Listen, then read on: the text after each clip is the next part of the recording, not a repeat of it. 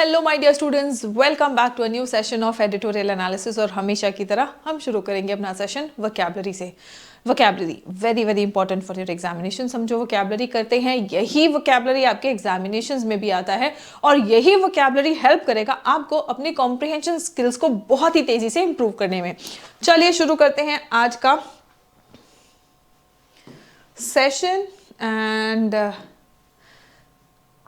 okay, so the first word for today is weaponize। आपने word सुना होगा weapon, है ना।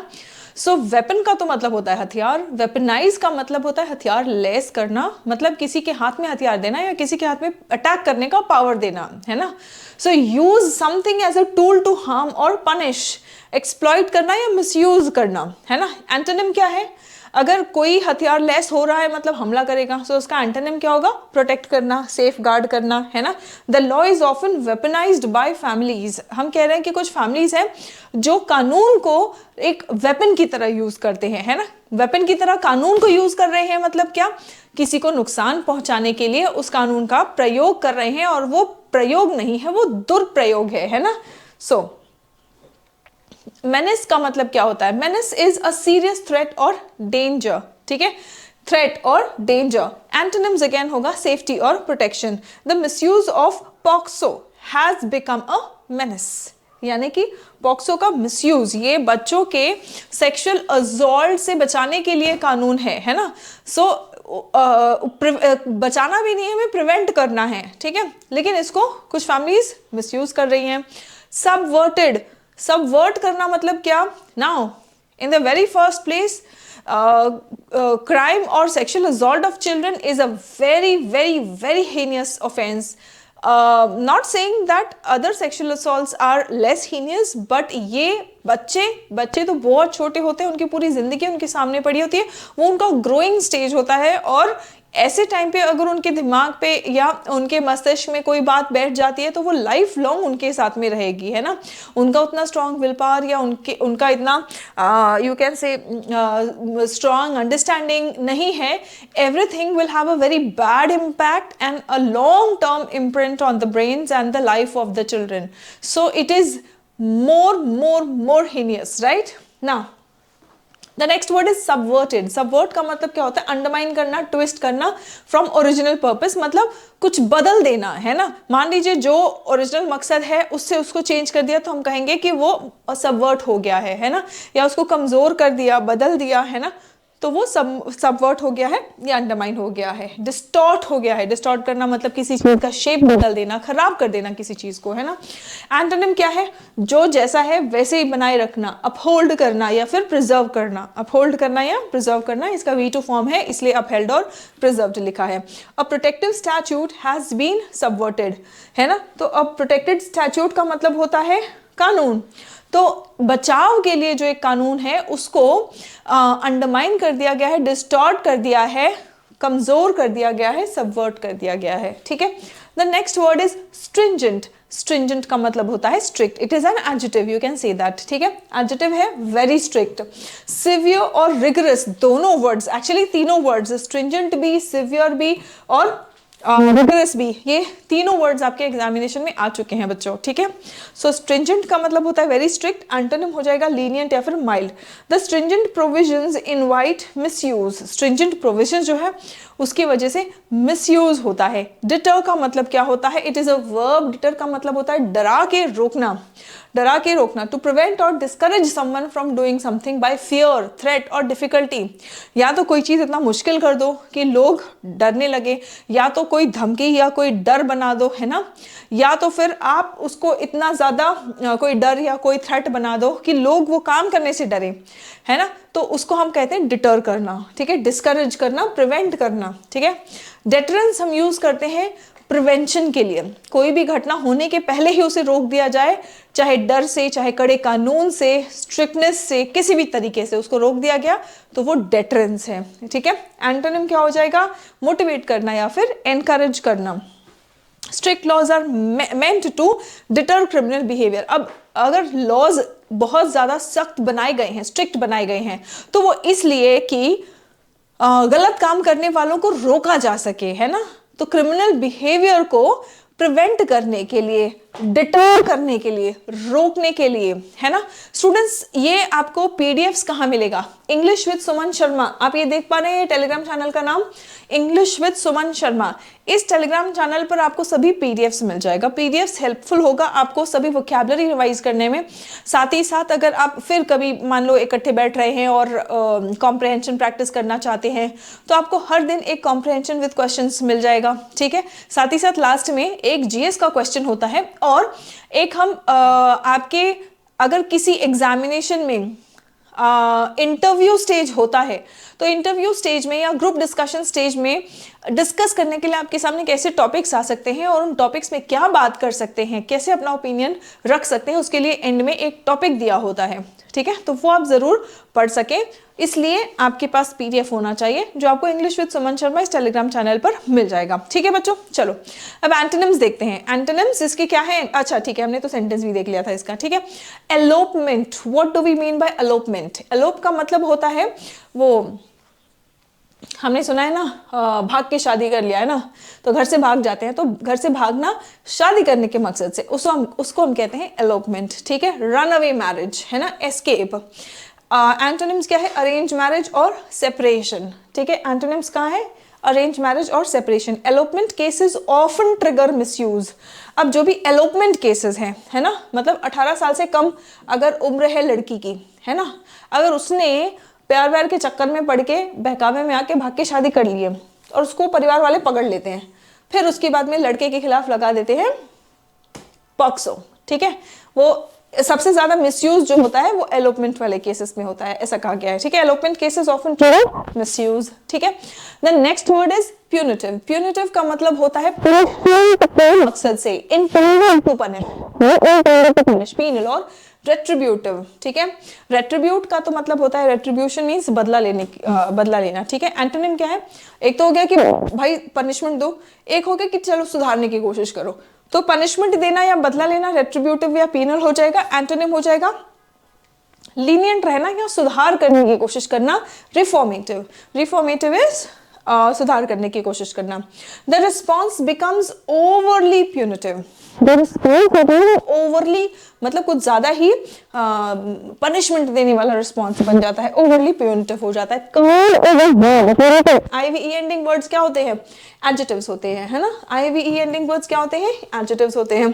सो कर्ब इज अ वर्ब। कर्ब का मतलब होता है रोकने की या कंट्रोल करने की कोशिश करना, सीमित करने की कोशिश करना, कंट्रोल और लिमिट, ठीक है। सिनोनिम्स है रिस्ट्रेन और लिमिट। एंटोनिम है एनकरेज करना या अलाउ करना। Courts seek to curb misuse. Courts कोशिश करते हैं मिसयूज को रोकने की या कंट्रोल करने की। एट ऑड्स विथ, ये एक फ्रेज है। अगर मैंने कहा you are at odds with someone, है ना, और with your friend, with your neighbour, मतलब आपका, मतलब इसका सिंपल मीनिंग है 36 का आंकड़ा होना, है ना। इन कॉन्फ्लिक्ट विथ, ठीक है, in conflict with, in conflict या अपोज्ड। एंटोनिम क्या होगा? इन हार्मनी और अलाइंड। इन हार्मनी और aligned. Love choices are at odds with families. अक्सर लव चॉइसेस जो होते हैं, है ना, कि हम इससे प्यार करते हैं, शादी करना चाहते हैं, तो अक्सर लव चॉइसेस जो है ना, वो उनका 36 का आंकड़ा होता है परिवारों के साथ में। Love choices are at odds with families. Bolster is a verb. It is a verb which means मजबूत बनाना, स्ट्रेंथन और सपोर्ट। मजबूत बनाना, स्ट्रेंथन और सपोर्ट। एंटोनिम्स, सिनोनिम्स क्या है? रीइंफोर्स करना, सपोर्ट करना। एंटोनिम क्या होगा? कमजोर करना, वीकन करना या फिर अंडरमाइन करना। याद रखना, अंडरमाइन करना मतलब किसी चीज को कमजोर करना, उसका महत्व या उसकी ताकत को कम करना, ठीक है। The state must bolster services. सरकार को क्या करना चाहिए? सर्विसेज को बोल्स्टर करने की जरूरत है, ठीक है। हीनियस, ओवरसेंडिंग वर्ड, इसका पार्ट ऑफ स्पीच क्या है ये आप मुझे कमेंट करके बताएंगे, ठीक है। हीनियस, हीनियस का मतलब होता है शॉकिंगली ईवल, कोई चीज जो आश्चर्यचकित करता है और इतना ज्यादा ईवल है, भयंकर है, बुरा है कि आपको आश्चर्यचकित कर दे, है ना। So that is shockingly evil, heinous, right. Atrocious, very very important word, ये आपके एग्जाम में आ चुका है, प्रीवियस ईयर एग्जाम में आ चुका है बच्चों। हीनियस ये वर्ड आपके एग्जामिनेशन में आ चुका है प्रीवियस, है ना। सो एट्रोशियस या फिर हॉरिफिक, बिल्कुल खौफ पैदा कर दे, कोई चीज इतनी ज्यादा बुरी है। माइनर और ट्रिवियल, ये वर्ड आपके एग्जाम में आ चुका है, ट्रिवियल, ठीक है। So minor or trivial, the law targets heinous crimes. जो लॉ है वो किसको टारगेट करता है? heinous crimes को, जो बहुत ही ज्यादा गंभीर कोई अपराध हो उनको टारगेट करता है. coercive, IVE ending word, again an adjective. IVE ending word, again an adjective. coercive का मतलब क्या होता है? using force और threat, ताकत या शक्ति का प्रयोग करना, धमकी का प्रयोग करना, किसी को मतलब फोर्स करके कुछ काम करवाने के लिए. ठीक है. फोर्सफुल और कंपेलिंग. एंटोनिम क्या है? अगर आप जबरदस्ती किसी से कोई काम करवा रहे हो तो वो कोअर्सिव है. ठीक है. अगर आप उसकी इच्छा पे छोड़ दो, ठीक है तुम्हें करना है तो ये काम कर लेना है ना, वॉलेंट्री हो गया, विलिंग हो गया वो. ठीक है. डिस्क्रेशनरी हो गया वो वर्ड भी हम कई बार पढ़ते हैं ना. Now coercive abuse must be punished, है ना. तो अगर कोई कोअर्सिव अब्यूज है, यानी कि किसी को फोर्स करके अब्यूज कर रहे हैं, तो दैट मस्ट बी पनिश्ड. ठीक है. Coercive abuse must be punished. Severity, अभी हमने एक वर्ड पढ़ा सिवियर. ठीक है. तो सिवियरिटी का मतलब होता है, सिवियर मीन्स वेरी स्ट्रिक्ट, है ना. सिवियर कोई चीज बहुत ज्यादा स्ट्रिक्ट है या बहुत ज्यादा गंभीर है ना. तो सिवियरिटी गंभीरता हो गया, सीरियसनेस हो गया, हार्शनेस हो गया. कोई चीज बहुत ज्यादा स्ट्रिक्ट है या गंभीर है तो हम उसे सिवियर कहते हैं, है ना. एंटोनिम क्या होगा? माइल्ड और लीनियंट. अब आप मुझे बताओ कि यहाँ पे माइल्डनेस या लीनियंसी क्यों कहा गया है? क्योंकि हम यहाँ पे नाउन की बात कर रहे हैं. सिवियर एडजेक्टिव हो जाता है, सिवियरिटी नाउन हो गया. तो नाउन का मीनिंग हमेशा सिनोनिम और एंटोनिम नाउन होगा, ध्यान रखना. इसीलिए हार्शनेस कहा है हमने, इसीलिए सीरियसनेस कहा है हमने, इसीलिए माइल्डनेस कहा है, लीनियंसी कहा है ना. अगर सिवियर वर्ड होता तो हम कहते हैं हार्श, सीरियस, माइल्ड या फिर lenient. Severity must match the offence. कह रहे हैं कि भाई जितना गंभीर आरोप हो या गुनाह जो हो, है ना, ऑफेंस जितना गंभीर है उतना ही गंभीर जो या उतना ही हार्श जो है वो पनिशमेंट होना चाहिए, है ना. Severity must match offence. Endeavour का मतलब क्या होता है? तो very very important word, again ये आपके एग्जाम में आ चुका है और ये स्पेलिंग एरर के लिए भी आता है. ठीक है. एंडेवर का मतलब होता है सीरियस अटेम्प्ट. ठीक है. कोशिश, ट्राई, अटेम्प्ट. एंटोनिम है निग्लेक्ट, अबैंडन, त्याग देना, छोड़ देना कि नहीं भाई हमसे नहीं हो पा रहा है ना. आप क्या कर रहे हैं? आप सिलेक्शन के लिए एंडेवर कर रहे हैं, सीरियस अटेम्प्ट कर रहे हैं. ठीक है.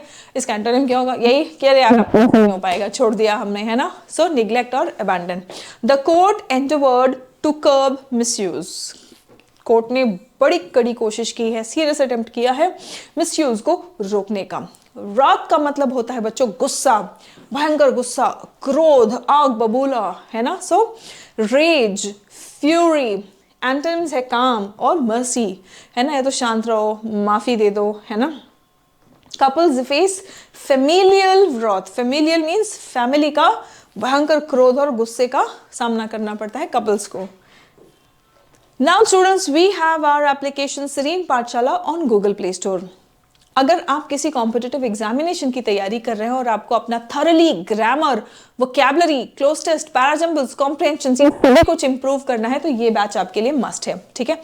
3 मंथ्स का बैच लेके आप, अगर आपका एग्जाम मान लो कि 2-3 महीने के अंदर अंदर है तो आप 3 मंथ्स का बैच ले सकते हैं, या फिर अगर आपका 6 months, 12 months depending upon the timeline of your examination you can go for the batch, right. इसमें 200 प्लस आपको सेशंस मिलेंगे. 200 प्लस सेशंस में आपको क्या क्या मिलेगा?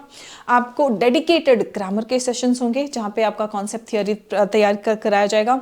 साथ ही साथ प्रीवियस ईयर्स क्वेश्चंस पर बेस्ड प्रैक्टिस बहुत सारा कराया गया है. ठीक है. बिल्कुल डेडिकेटेड आपके अलग एक्सक्लूसिव वोकैबुलरी के, क्लोज टेस्ट के, कॉम्प्रिहेंशन के, पैराजम्बल्स के सेशंस हैं. ठीक है. सो यस, यहाँ पे आपका ठीक ठाक अच्छा खासा प्रैक्टिस हो जाता है. अब आ जाते हैं स्पोकन इंग्लिश पे. अगर आप अपने कम्युनिकेशन स्किल्स इंप्रूव करना चाहते हैं तो आपके लिए बैच है स्पोकन इंग्लिश एक्सप्रेस का. और जिन सभी बच्चों ने IB Tier 2 क्लियर कर लिया है तो IB Tier 2 का एग्जाम दे रहे हैं, ठीक है, Tier 2 के लिए एलिजिबल हो गए हैं, तो वो सभी बच्चे तैयारी कर सकते हैं हमारे साथ में. ठीक है. ट्रांसलेशन बैच आपका चल रहा है. ये कोड यूज कर लेना, आपको फ्लैट 100 रुपीज का डिस्काउंट मिल जाएगा बच्चों. ठीक है. Tier 1 क्लियर कर लिया है. मैं उम्मीद करती हूँ कि ज्यादा से ज्यादा बच्चों का Tier 2 भी क्लियर हो, लेकिन याद रखना 5x ही लेने वाले हैं, 5x of the number of vacancies. All the students who are giving Tier 2 examination, आप सभी में से 5x बच्चे जो हैं 5x ऑफ द वैकेंसी, वो बच्चे क्वालिफाई करेंगे टियर 3 के लिए। इंटरव्यू भी हम बहुत ही अच्छी टीम के साथ में करवाते हैं, ठीक है, ऑफलाइन ऑनलाइन दोनों इंटरव्यू आपको मिल जाएगा। ऑनलाइन पैनल जो होगा आपका 1 मेंबर पैनल होगा इंटरव्यू का, और ऑफलाइन पैनल 3 मेंबर पैनल होगा इंटरव्यू का। इंटरव्यू आपका दिल्ली में होगा, ठीक है। यंग लव, हम बात कर रहे हैं यंग लव की on a weaponisation of the POCSO act को एक हथियार की तरह जो यूज करते हैं। यंग लव मतलब वही है कि 18 साल से पहले बच्ची अगर है और बाकी किसी तरह शादी वादी कर लिया है, तो इसीलिए यंग लव एक ऐसा टाइटल दे दिया है, ठीक है। POCSO act must not allow parental pushback, है ना, तो ये पेरेंटल पुशबैक नहीं अलाउ करना चाहिए पॉक्सो एक्ट, ठीक है। POCSO act must not allow parental pushback against adolescence parental pushback, क्योंकि भाई 18 साल ही जिस बच्ची की उम्र नहीं हुई तो उसका क्या ही दिमाग होगा, अगर पकड़े गए फिर परिवार वाले प्रेशर डालने लग जाते हैं, है ना, पेरेंटल प्रेशर डालता है, तो बोल दो कि भाई तुम्हें जबरदस्ती भगा के लेके गया था, है ना, भले ही वो मर्जी से अपने गई हो, लेकिन फिर भी पेरेंट्स का बहुत ज्यादा प्रेशर आना शुरू हो जाता है। तो वही कह रहे हैं कि POCSO act must not allow, POCSO act में ही कुछ ऐसा प्रावधान होना चाहिए जिससे कि पेरेंटल पुशबैक जो है वो रोका जा सके। Must not allow parental pushback against adolescents, क्यों? क्योंकि भाई अगर मान लो कि लड़की तो अपनी मर्जी से गई है, लेकिन सामने लड़की की भी तो जिंदगी बर्बाद हो रही है, जबकि पॉक्सो जैसा ऐसा कुछ है नहीं अपराध, ठीक है। बच्चे नादानी कर देते हैं, लेकिन फिर कई बार सामने वाला गुस्सा निकालने के लिए, बदले की भावना से सामने लड़के की जिंदगी बर्बाद करने के लिए, मतलब जब इस कानून का प्रयोग हो रहा है तो उसको एक हथियार की तरह यूज कर रहे हैं ना। जरूरी थोड़ी है कि किसी का नुकसान कोई हथियार से ही किया जा सकता है। जो नियम कायदे कानून बनाए जाते हैं उनको भी कई बार हथियार की तरह यूज करके तबाही फैलाई जा सकती है, नुकसान किया जा सकता है ना। तो वही कह रहे हैं कि POCSO act must not allow parental pushback against adolescents. On January 9 the supreme court acknowledged an issue, supreme court ने एक इशू को स्वीकार किया, ठीक है, that legal scholars, child health experts and young adults in consensual relationships have no voice, है ना। मतलब यंग एडल्ट्स मतलब ऐसे अगर हैं कपल्स जो शादी कर लिए हैं, तो उनको हम कह रहे हैं यंग एडल्ट इन कंसेंशुअल रिलेशनशिप, मतलब अपनी मर्जी से रिलेशनशिप में हैं। फिर चाइल्ड हेल्थ एक्सपर्ट्स हैं, लीगल स्कॉलर्स हैं, ये लोग काफी टाइम से जो जिस मुद्दे की बात कर रहे हैं उसको सुप्रीम कोर्ट ने फाइनली फॉर्मली एक्नॉलेज किया, स्वीकार किया, ठीक है। Have long voiced the menace of the POCSO act, जो मेनेस है, जो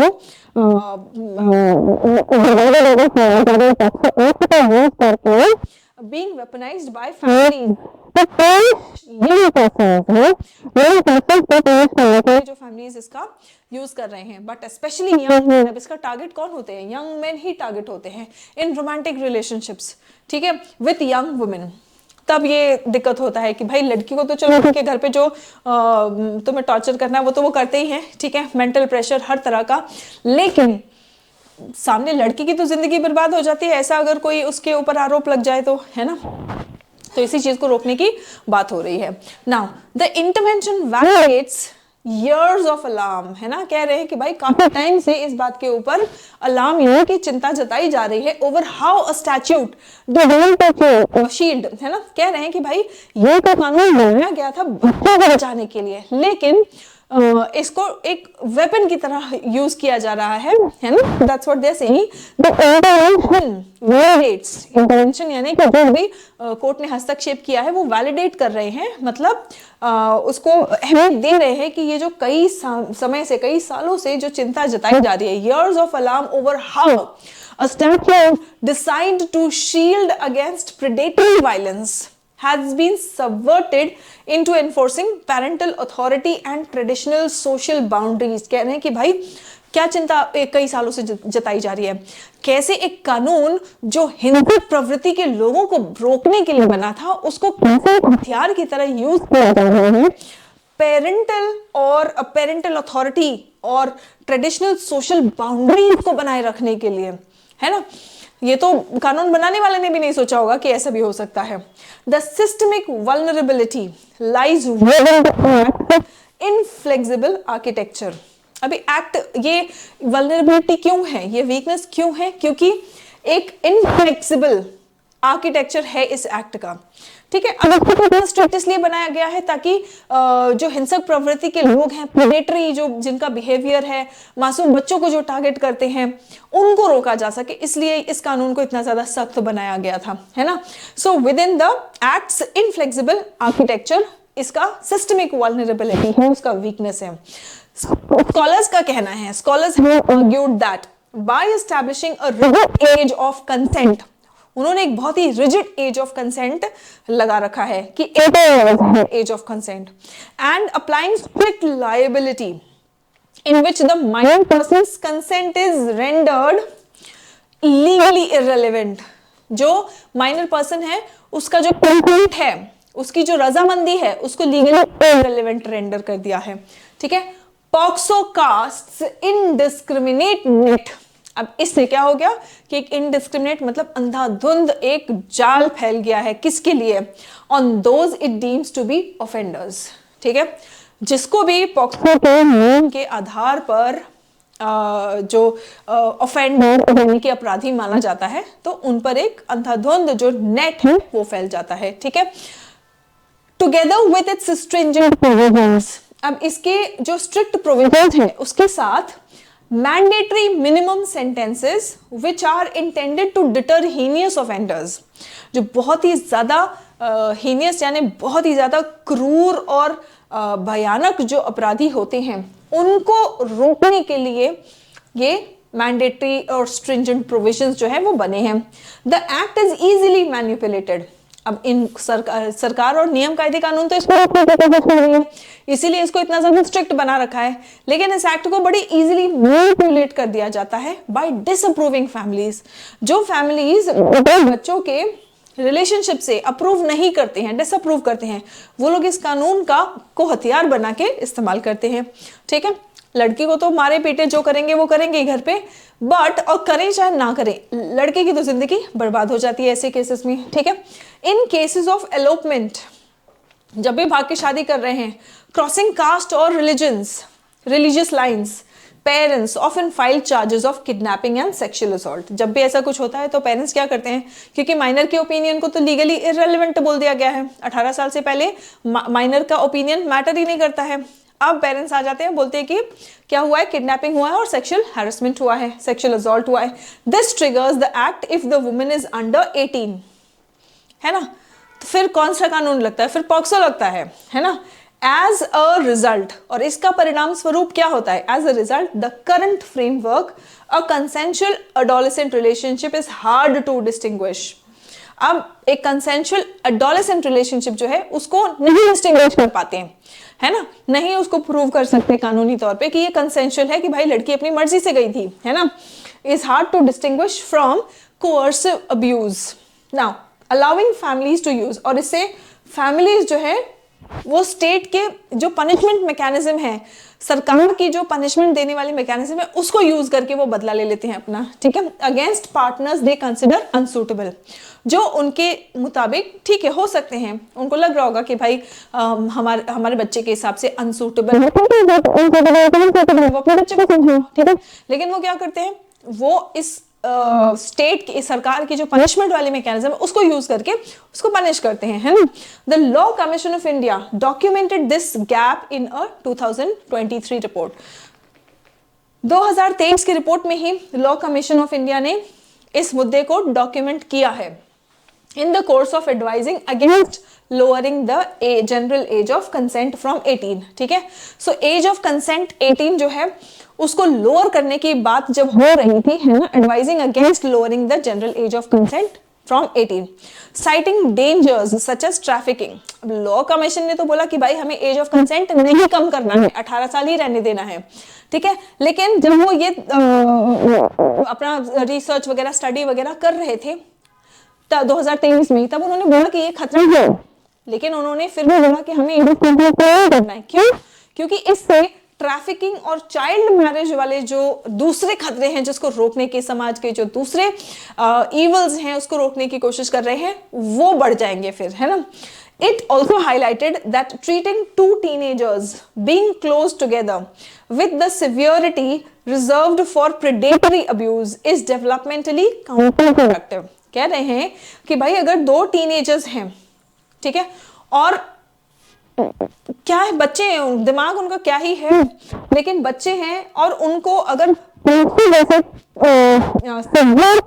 से अगर उनको डील किया जाए तो डेवलपमेंटली उनके विकास बहुत ज्यादा काउंटर प्रोडक्टिव है ये, है ना.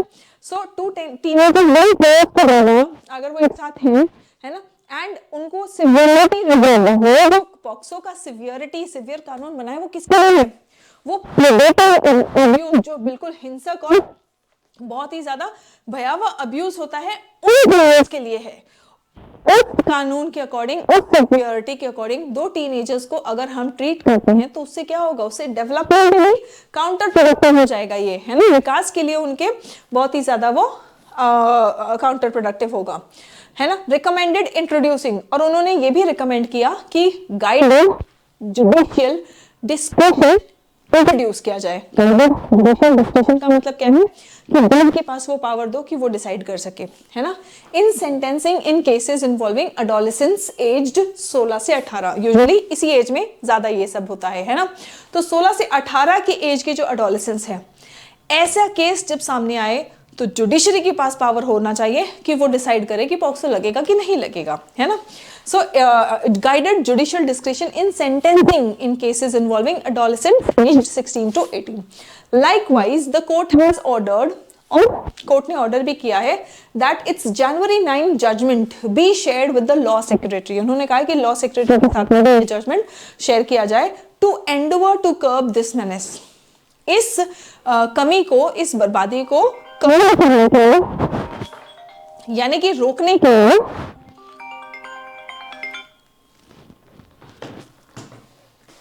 लॉ सेक्रेटरी के साथ में ये जो जजमेंट है 9 जनवरी का, ये शेयर किया जाए. However, the crisis is made worse by the absence of interventions. ठीक है, कह रहे हैं कि लेकिन ये क्राइसिस जो है ये और ज्यादा बदतर बन जाता है क्योंकि इसमें कोई इंटरवेंशंस, कोई हस्तक्षेप नहीं है that are not punitive. ठीक है, absence of interventions that are not punitive. When young adults find their personal autonomy, जब यंग एडल्ट्स को अपना पर्सनल ऑटोनॉमी यानी कि उनको अपना फ्रीडम मिलता है एट ऑल विद फैमिली, है ना, उनके परिवार से परिवार वाले जो हैं वो अलग रखें या वो अलग कोई बिलीफ रखें, है ना, और जो यंग एडल्ट्स हैं उनका कुछ अलग चॉइस हो, जब एट ऑल हो ये दोनों, इनका पर्सनल ऑटोनॉमी और फैमिलियल एक्सपेक्टेशंस, परिवार की उम्मीदें और बच्चों के चॉइसेस, ये दोनों जब बिल्कुल एट ऑड्स मतलब 36 के आंकड़े पे होते हैं, they are often left isolated. ऐसे टाइम पे बच्चे अकेले पड़ जाते हैं, है ना. द प्रॉब्लम बिगिंस हियर, कह रहे हैं कि प्रॉब्लम जो है वो शुरू यहाँ होता है. There is a lack of confidential counselling services, है ना. तो कॉन्फिडेंशियल काउंसलिंग सर्विसेज नहीं है कि बच्चों को कोई समझाया बुझाया जा सके, है ना, for adolescents navigating relationships and emerging sexuality. ठीक है, तो एडोलेसेंट्स है, रिलेशनशिप्स वो शुरू कर रहे हैं और इमर्जिंग सेक्सुअलिटी है, तो ऐसे टाइम पे कॉन्फिडेंशियल काउंसलिंग सर्विसेज के ऑप्शंस है, नहीं है कोई उसको समझाने वाला, क्योंकि परिवार तो मानता नहीं है, तो डर के हमारे परिवार में किसी से बात नहीं करते हैं. ठीक है, और फ्रेंड्स तो क्या, फ्रेंड्स जितनी उनका दिमाग होता है उतना ही फ्रेंड्स का दिमाग होता है, राइट. तो कौन उनको समझाए. Resources to mediate with families struggling with These intergenerational transitions. अब ये क्या है, ये एक intergenerational transitions है. हमारे पेरेंट्स का जनरेशन अलग था, हमारा जनरेशन अलग है, हमारे अगले आने वाले जनरेशन का बिल्कुल चीज़ें, उनकी थॉट प्रोसेस वगैरह सब कुछ अलग होगा. तो ये क्या है, ये एक इंटरजेनरेशनल ट्रांजिशन है. ये एक्सेप्ट करने के लिए फैमिलीज जो हैं, जो स्ट्रगल कर रहे हैं ऐसे ट्रांजिशन से, जिनके फैमिली में ऐसा बदलाव आ रहा है, तो उनके साथ कोई मीडिएट करने वाला कोई नहीं है, बातचीत बीच में मध्यस्थता करने वाला कोई नहीं है, are also virtually non existent outside of traditional often conservative community structures until the state invests in bolstering these social services. जब तक सरकार ऐसे सोशल सर्विसेज को मजबूत करवाने में नहीं इन्वेस्ट करता, प्रायोरिटाइजिंग एजुकेशन, एजुकेशन को जब तक प्रायोरिटी नहीं देंगे, जब तक counselling over invoking a response led by police, है ना, पुलिस हस्तक्षेप करे, पुलिस कोई एक्शन ले, उसके पहले कोई काउंसलिंग होनी चाहिए, जब तक हम इन चीजों में इन्वेस्ट नहीं करेंगे and tweaking act to limit this recourse, the legal system will leave young couples vulnerable, है ना, यंग कपल्स जो है, जब तक ये सब नहीं किया जाएगा तब तक हमारी जो कानून व्यवस्था है वो यंग कपल्स को अकेले रहने देगा, है ना, ऐसे सिचुएशंस में जब वो पढ़ेंगे वीक बना देगा, वल्नरेबल बना देगा। और किस चीज के लिए कमजोर या वल्नरेबल बनाएगा? परिवार का जब गुस्सा आएगा तो उसको झेलने के लिए, है ना, वो बच्चे अकेले पड़ जाते हैं, फेमिलियल विरोध झेलते हैं, प्रोसिक्यूशनल ओवररीच झेलते हैं, है ना, कानूनी कार्रवाई, परिवार का गुस्सा, ये सारी चीजें। और जब किसी लड़के पे स्पेशली अगर मान लो कि ऐसे आरोप लग रहे हैं तो सिर्फ वो लड़का परेशान नहीं होता, उसकी भी तो फैमिली परेशान होती है, उसका पूरा पूरा फैमिली, सब लोग, जो not mentioning the stress, apart from the stress, वो जो कानूनी कोर्ट कचहरी की भाग दौड़ एंड रेस्ट एवरीथिंग, हर तरह से टॉर्चर हो जाते हैं वो, है ना। So not just the boy but the entire family suffers, right.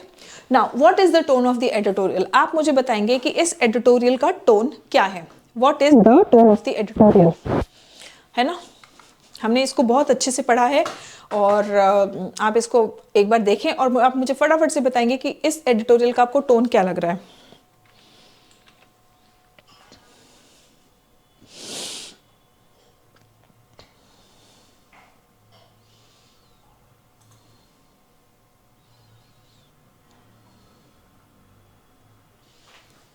देखो न्यूट्रल है क्या? नहीं, न्यूट्रल तो नहीं है, है ना। हम ये जो पॉक्सो का वेपनाइजेशन हो रहा है, हम पॉक्सो के खिलाफ नहीं बोल रहे हैं, लेकिन पॉक्सो का जो वेपनाइजेशन हो रहा है, जो इसको हथियार बना के जो यंग अडल्ट्स के साथ में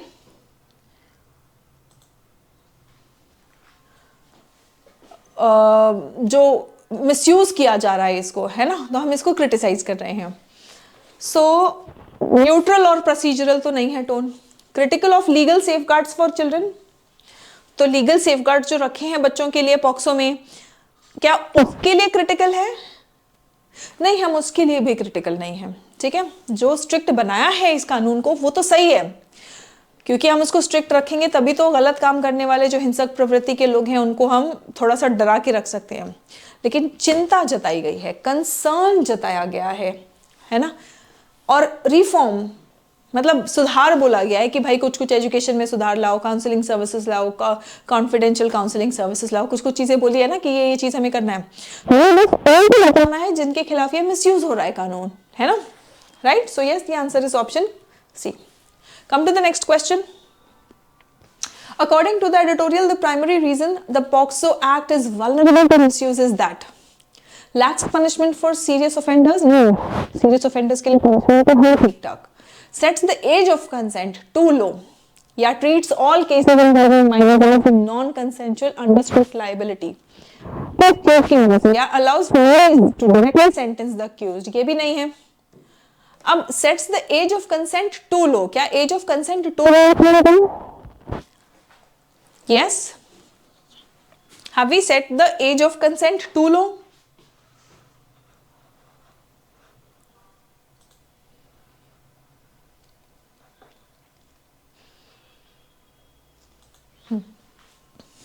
नहीं, age of consent too low भी नहीं रखा है, ठीक है। एज ऑफ कंसेंट अगर टू लो रखते तो उससे क्या होगा? चाइल्ड ट्रैफिकिंग, चाइल्ड मैरिजेस, ये सारी चीजें ज्यादा हो जाएंगी, है ना। Treats all cases involving minors, minors वाले जितने भी केस हैं सभी को नॉन कंसेंचुअल माना गया है अंडर स्ट्रिक्ट लायबिलिटी, और बहुत ही ज्यादा स्ट्रिक्ट लायबिलिटी में। इसीलिए इसका जो है वो प्राइमरी रीजन है मिसयूज का, है ना। The law commission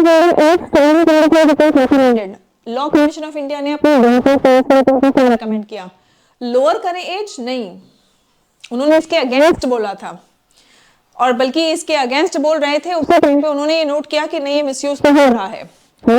removing mandatory minimum sentences entirely, जो मिनिमम सेंटेंसेस है मैंडेटरी उसको क्या? नहीं, उन्होंने बोला गाइडलाइंस दो जिससे कि जुडिशियल डिस्क्रिशन हो, है ना। जजेस जो है वो खुद 16 से 18 साल के बच्चों के खिलाफ अगर केस है ना, तो वहाँ पे जुडिशियल डिस्क्रिशन होना चाहिए, जज खुद डिसाइड करे कि ये कहीं फैमिली मिसयूज तो नहीं कर रही है ना, तो वहाँ पे जुडिशियल डिस्क्रिशन होना चाहिए, ऐसा उन्होंने रेकमेंड किया था। ठीक है, the word weaponised in the editorial nearly means what, strengthened legally strengthen करना, used as a tool to harm और पनिश, हथियार की तरह किसी चीज को यूज कर रहे हैं तब हम उसको कहते हैं वेपनाइज किया है। ठीक है, ग्रामेटिकली करेक्ट सेंटेंस हमें बोलना है, द एक्ट वर नहीं होता है, वॉज होता है, द एक्ट हैव नहीं होता है, हैज होता है, the act has been misused in several cases, this is the correct sentence. ठीक है, अब टू द नेक्स्ट वन। अब protection of children from sexual offences, POCSO act 2012, ये प्राइमरीली इसका क्या मकसद है? एडोलेसेंट रोमांटिक रिलेशनशिप्स को रेगुलेट करने के लिए बना है क्या ये? नहीं। Protect children from sexual abuse and exploitation, उसके लिए बना है। Enforce parental authority over minors, नहीं, ये माँ बाप की हुकूमत चलनी चाहिए, अथॉरिटी चलनी चाहिए, नो नो नो, इस चीज के लिए भी नहीं बना है। बच्चों को सेक्सुअल अब्यूज और एक्सप्लॉयटेशन से बचाने के लिए बना है। इंडियन पीनल कोड प्रोविजंस को रिप्लेस करने के लिए नहीं, बिल्कुल नहीं। Now students, a very important and a controversial, it's not controversial actually, but yes, you can give your opinion in a very you can say इसके ऊपर कुछ पढ़ेंगे तो है। Should the POCSO Act disallow judicial discretion in cases of consensual adolescent relationships? क्या POCSO एक ऐसा है या प्रावधान है कि उसे जज जो है वो खुद फैसला ले, जुडिशियल डिस्क्रेशन होना चाहिए क्या? कौन से केसेस में? In cases of consensual adolescent relationships, consensual adolescent relationships, ऐसे केसेस में जज का डिस्क्रिशन होना चाहिए क्या? क्या इस चीज को अलाउ करना चाहिए पॉक्सो? यस और नो। आपको बैकड्रॉप पता होगा, इंफॉर्मेशन पता होगा, न्यूज पता होगा, 9 जनवरी का जो सुप्रीम कोर्ट का इंटरवेंशन है वो पता होगा, तभी इस पर बोल पाओगे, नहीं तो कुछ नहीं बोल पाओगे, है ना। तो यहाँ पे आपके पास कुछ पॉइंट्स हैं, आप अच्छे से अपने आप को एक्सप्रेस कर सकते हैं। Right students, so that's it for today, see you in the next session. तब तक अपना ख्याल रखें, स्वस्थ रहें, मस्त रहें, सभी बच्चे पढ़ते रहें और आगे बढ़ते रहें। जय हिंद एवरीवन।